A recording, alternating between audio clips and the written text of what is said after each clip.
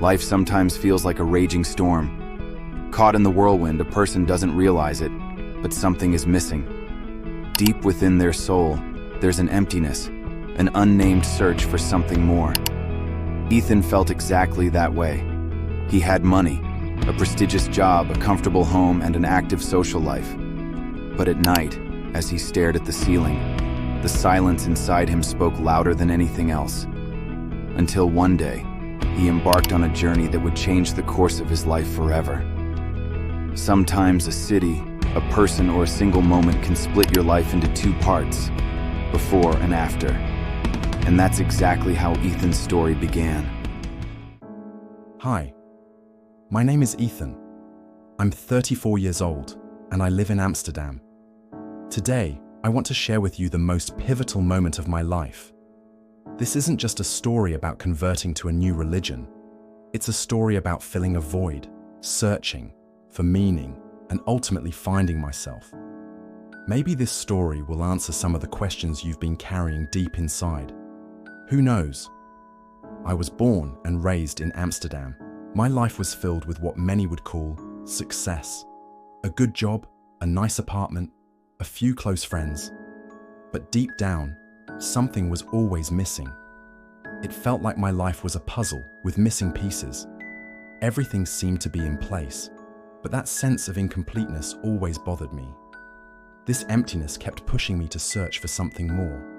I read books, engaged in philosophical debates, and even tried yoga and meditation to find myself. But none of it filled that deep void inside me. That is, until I went to Dubai. My company sent me to Dubai to work on a project in the United Arab Emirates. For me, this wasn't just a business trip. It was an opportunity to explore a different culture. When I arrived in Dubai, I was struck by the city's modern architecture and luxurious lifestyle. But what really caught my attention was the cultural diversity and the influence of Islam in daily life. The mosque minarets, the call to prayer, the sincerity of people in worship. Everything was new and fascinating to me. On the project team, I met two Muslim colleagues, Ali and Fatima. At first, I was a bit distant toward their way of life. But Ali and Fatima's warm and genuine demeanor quickly broke down that barrier. One day during lunch, I saw them heading to the mosque. Curiosity got the better of me, and I decided to join them. When I stepped inside the mosque, I felt a sense of peace I had never experienced before. The architecture, the silence, the sincerity of the people praying, it all deeply moved me. After the prayer, Ali turned to me and asked, "What did you think?" I replied, a bit stunned, "It was incredible. I've never felt this kind of peace anywhere else." Ali smiled and said, "This is the house of Allah. Being in His presence brings inner peace." Those words opened a new door in my mind. From that day on, I started spending more time with Ali and Fatima. Their patience, honesty, and compassion really stood out to me. One day, I asked Ali, "How do you stay so calm and at peace? I've always felt like something was missing in my life."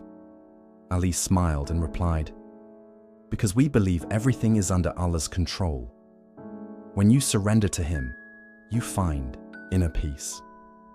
Those words became a turning point for me. When I returned to the Netherlands, my mind was filled with questions. My old routine no longer satisfied me. I started researching what Ali and Fatima had shared with me.